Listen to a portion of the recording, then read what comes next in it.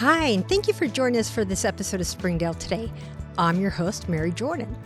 Joining us today are Edison Enos and Rojien DeBrum, who serve as Marshallese liaisons for Springdale's approximately 3,300 Marshallese students. Springdale has one of the largest Marshallese populations in the country, with about 15,000 Marshallese living in Springdale, northwest Arkansas. The Marshall Islands even maintains a consulate general in Springdale, the only one of its kind in the continental United States. Thank you both for being here. I'm so excited for this conversation. I was just telling you guys how much I enjoy telling these stories, and I'm really looking forward to what we'll have to learn from you both today. So Edison, Rojien, I'm wondering, what can you tell us about your journey? What kind of brought you from the Marshall Islands to take a position as a liaison in our schools for our families? Okay. Before getting this liaison job, I work at George Junior High. First, thank you so much for having us. It's a pleasure to be here. I didn't have, I didn't think that I was going to be, a translator or a parent liaison to or do anything with the Marshallese community. But I actually got this job when I went to my little sister's freshman night game over at George Junior High when she was a ninth grader. And then I met up with our ESL coordinator, Tupper, and she was the one who actually connected me with my boss, Dr. Flanagan. And then we kind of just worked together, and I saw that there was a lot of Marshallese kids that goes to George Junior High, because we have a program over there for the the students that come there that don't speak English at all. So we have that program for them over there at our school. So I kind of just went from there. And yeah. And you speak Marshallese then? Yes, I do. That's so cool. I wish I could speak two languages. I really do. It's admirable. Edison, what about you? What brought you to this position? Well, first of all, thank you for having me here today. Of course. Before Springdale School, I worked for Tyson, and one of the duties that they had me do was translating, and I would have Marshallese women and men come to me at the in the office and ask me to help them, and that's where I found that I might have a calling to help Marshallese families, and that's when I started knowing that I have a calling to help the Marshallese families in the community. A calling. So what does this mean to you personally? To me personally, it just means a lot that I can be a bridge to the families and the students that I'm serving in the school system. How about you, Rojien? What does it mean for you to be able to serve the students in this way? I love helping people, and knowing that the students, specifically the Marshallese community and the students, knowing that they see somebody that looks like them working at a school, I feel like, it gives them, they're more comfortable, and knowing that they're comfortable coming and now asking questions is it's good. It feels good that, personally, I like helping people. It feels good that I'm helping them. Do you find that your personal experiences within the Marshallese community kind of help shape how you work with students? Yes. How so? Before I work at Joe Junior High, so before that, they didn't have any liaison after the other one, and they were really struggling because there's a lot of Marshallese students that goes there, and then now seeing the difference, it's good to see, because they're more involved now with the school and anything that goes around the school. And Edison, how about you? How have your personal experiences kind of shaped how you work with our families? Well, when I first moved to America, I was 12, and back in the Marshall Island, I was third grade at 11 years old, and we were going to school to enroll me into fourth grade, and they told me that I was too old to be in the fourth grade. So I skipped all the way to seventh grade, and it was hard. And not knowing English and not understanding it was hard for me. And to me, as a personal experience, that inspire me to help those Marshallese kids that are new here, and they come here and they they struggle the same struggle that I went to with them, and so I could be able to tell them that, hey, you're not alone. You'll be all right. Just keep coming. There's people here that want to teach you, and they're here for you. So language barriers, right? Yes. That's one. But what are some of the other challenges that are kind of common with our Marshallese students that you guys help them work through? Um, Um, Cultural adjustment, How so? like adapting to the new school environment and expectation. And that was something I wanted to talk to you guys too. How do you explain that? Because there's certainly a different cultural nature to how someone learns in the Marshall Islands and how our school system here works in America. So, how do you kind of help students navigate that to learn, like, what the expectations are in an American classroom, or the importance of being to class on time, or how to get your teacher's attention and ask for help? How do you kind of help them work through some of those things? Well, to me, Marshallese kids are like they'll wait till you ask them if they need help, and so they're more of a one on one. They like to have one on one conversation, and they are also they like to see things and to like look at it, and before, instead of like instructional, they like to see um how to do it, and then they'll they'll get it. to do it with you, yeah. Well, then, Roshan, how do you help teachers understand um, those particular things about the Marshallese culture that are inherent for the students that they need to understand to kind of work with them and help them progress with the rest of the class? Well, like what Mopson said, with the Marshallese kids, they won't ask for help. I think that's the struggle that most Marshallese kids goes through, or they have. They struggle to kind of communicate and just speak up for themselves to any teachers or anybody in the school because they're scared.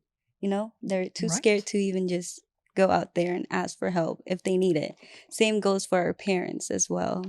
Um, to teachers, I think they got to be a little patient with our families, because here it's not our language. It's not their first English. English is not their first language. So just be patient with our families and our students. They will get there eventually, but just a little, step by step. Just be patient. Right. I mean, I speak English, and it's the only language I speak, and sometimes I can barely do that in a straight line. So I can definitely appreciate that. Today, we are chatting with Marshallese liaisons, Edison Enos and Rojien DeBrum, who are sharing with us a little bit about how they support our Marshallese families within our school district. Can you share any stories with me of experiences you had where you helped a family feel a little bit more at home within the district? Any examples you might be able to share with us? There was a student. She was going through some stuff and struggling. Um, she was an eighth grader. She wasn't really into, connecting with the school or being with the school because in her mind, she thought that nobody really cared. And mom really reached out to the school and tried to ask for help. We tried, and it took like only a year, and it was a whole transition. It was like a whole switch from being somebody who didn't really care about school, didn't really see the school as a home, because school is like your second home away from home Mhm. to the students. She didn't really feel that way, but it took her a year for us to help her out, and she switched into a whole different person. She got involved with the school. She was the school's president. She was the volleyball captain, and she was also the Islander Club over there. She was the president for the Islander Club. So it's she even mentioned it herself. The school, it was a home for her because of the people and the way they were helping her navigate and just find herself. That's really cool that you're able to be there for her. Edison, can you think of any times where you've had a student that you helped feel a little bit more welcomed and supported by the district or their school? There's so many stories to tell, but I'll share about the resources that the school have for the families. Those have been really helping families that are struggling, and uh, I just say that, like, just having the resources that are available for kids, like the FITS program that help students who parent didn't know that there can be uh, transportation that are available for them from, like, let's say if they're living at a hotel, and there's a program where they can learn about um not learning, but that they could there's resources for apartments that are available for the family. There was a student that I would take to school and from school, and they were living in a hotel. Parent didn't really have a ride, and also, like, with the help of the social workers, there was um there was a transportation that was set up for them until they were able to get out of the hotel, and now they're living in a nice apartment. And just having, like, that extra support help them to get back on their feet. I think that would be a good story to, like, just tell you guys. Yeah. Well, and that's kind of the district talks about supporting the whole child. And that sounds kind of what you're talking about. It's not just about the education, it's making sure that they have the ability to get to school, they have the clothes they need, they have the food in their stomach they need to learn, Yeah. they have access to health care. Those are things, as I understand it, the district can help secure for families or connect for families. And I'm really glad that you guys are there to hold that role. But how do you help build trust within families? If Marshallese families are hesitant to ask for help, how do you build trust so that they will ask for the things that they need? For me, I go to their house, home visits, show them that you care about their kids, and have them see that oh, I can trust you. You're coming, oh, you took the time from work to come over to my house. Just home visits, go to them, Yeah. let them know that you are you are there to serve their kids and serve them. That's your job, working at the school. And that's basically what I if they don't come to the school, it's all good. I'll come to your house. Just home visits. What about you, Yes. Edison? That's same thing as her. I do that. I go and do on visit, and I just communicate with the parents, and I build a relationship with the kid, and the kid trusts me, the parents trust me. Right. And so, probably even if they're not comfortable going to another adult at school, they Mhm. may be comfortable talking to you. Yes. Yeah. Yes, because parents, they're not going to come to the office because, that's the thing with our Marshallese parents. If they don't know the language, they're not coming into the office unless they see somebody that looks like them. Then they might come in, but you just got to go to them first to build that trust with between you and the parent of the students. Are there any particular programs or initiatives that you'd want to make families aware of that they can really benefit from? Yes, we have a parent teacher meeting that we do at my school. We do it every month. And then it's just basically for the teachers and our admins and parents to come together once a month and just talk about any problems that they have. So we would just ask them questions and then tell them to bring any question that they want to talk about or they're curious about. So we have our parent teacher um, program that we have at our school. I think that's one thing for the parents to know. They need to know that we have that program for them because technically it's for them. We're just there to listen to any questions that they have and maybe just and then work with them and be able to help their students. The questions, are they limited to class or could they be like whole child support like we were talking about earlier? Is The there a whole Yes, the whole child support. Just ways for us to be able to help you and help your kids. So if families were interested in taking advantage of something like that, how would they reach out and get in touch with you?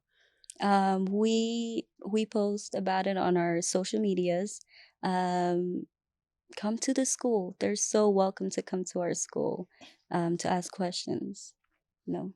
Or volunteer? Yes, or volunteer. That's a good one. Edison, what about you? Are there any programs or initiatives that you'd really want to get out there and make families aware of that they can benefit from? Yes, we have an initiative called Marshallese Youth Initiative that was coordinated by Springdale School and the Chamber of Commerce, and it's just a combination of kids from J.L. Kelly and Sonora Middle School, and so the teachers pick the kids, and mm, what these kids go to is field trips of like going to visit businesses and local businesses and places that are that could kind of like open their eyes to what the future has for them. And it's pretty cool. So we have local businesses that are opening up their doors Yes. to allow our students to kind of come in and explore and maybe see what their potential is. Yes, ma'am. It's kind of cool. I'm glad you guys are taking time to do that. I mean, it's in addition to what you're doing in class. When you talk about home visits, families, they're not 9 to 5. Mom and dad's usually home after hours, right? So we really appreciate you guys showing up for our families. So what challenges do you feel still need to be addressed for the Marshallese community in our schools? What kind of things could we be doing to show up for them as a district?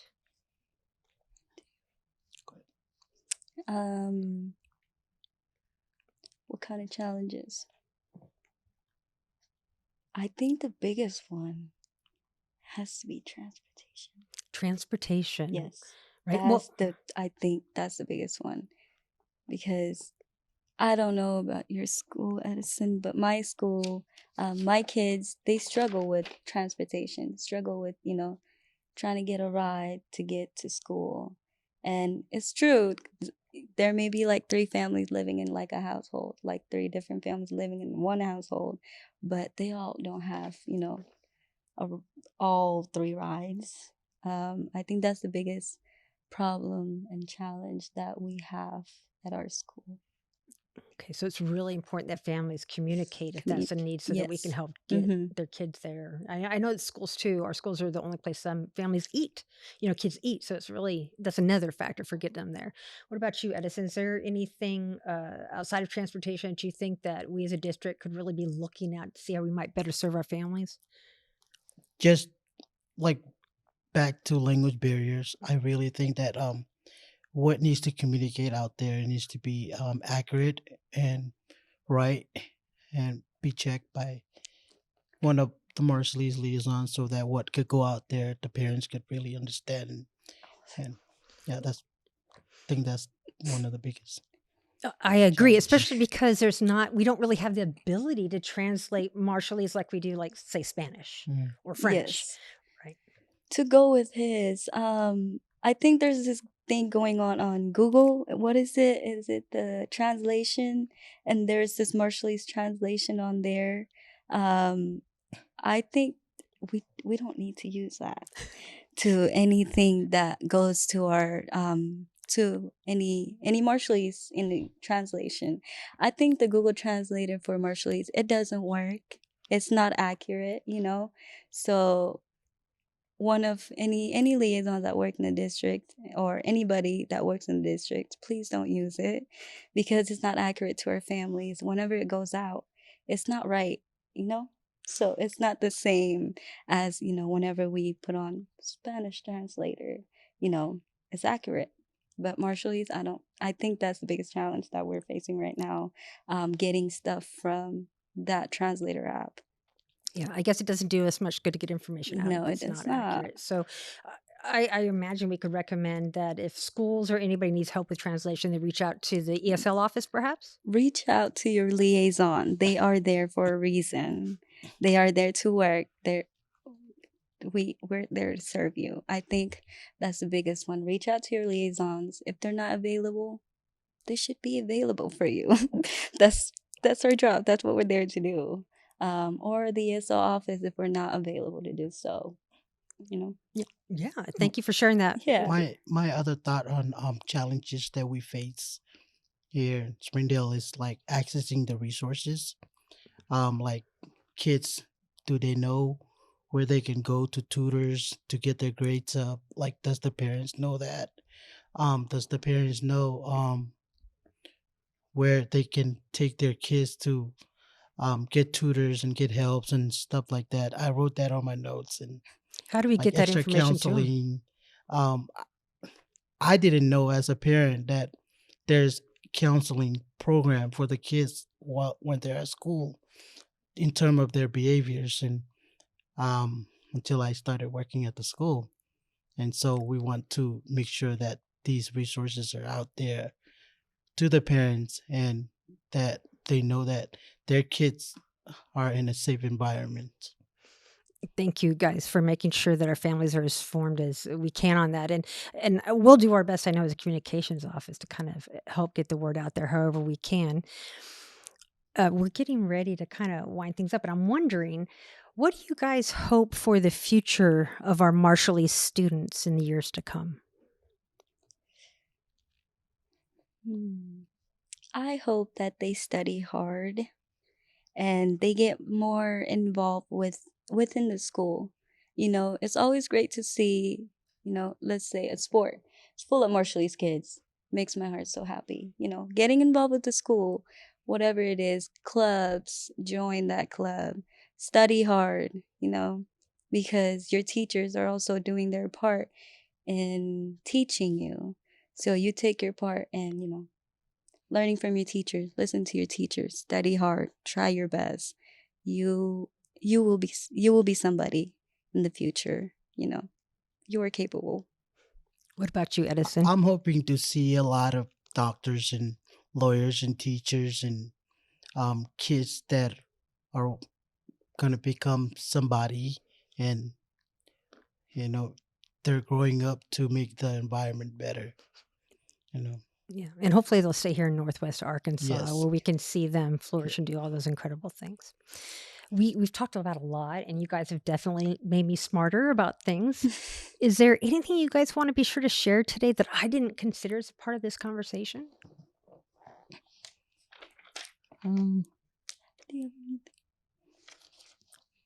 Well, good. I'm glad that we had a fruitful conversation.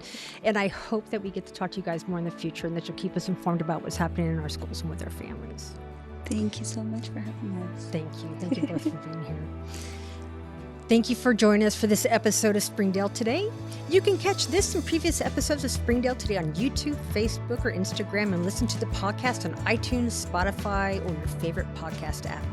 Thank you for joining us for this conversation, and we look forward to seeing you next time. Springdale Today.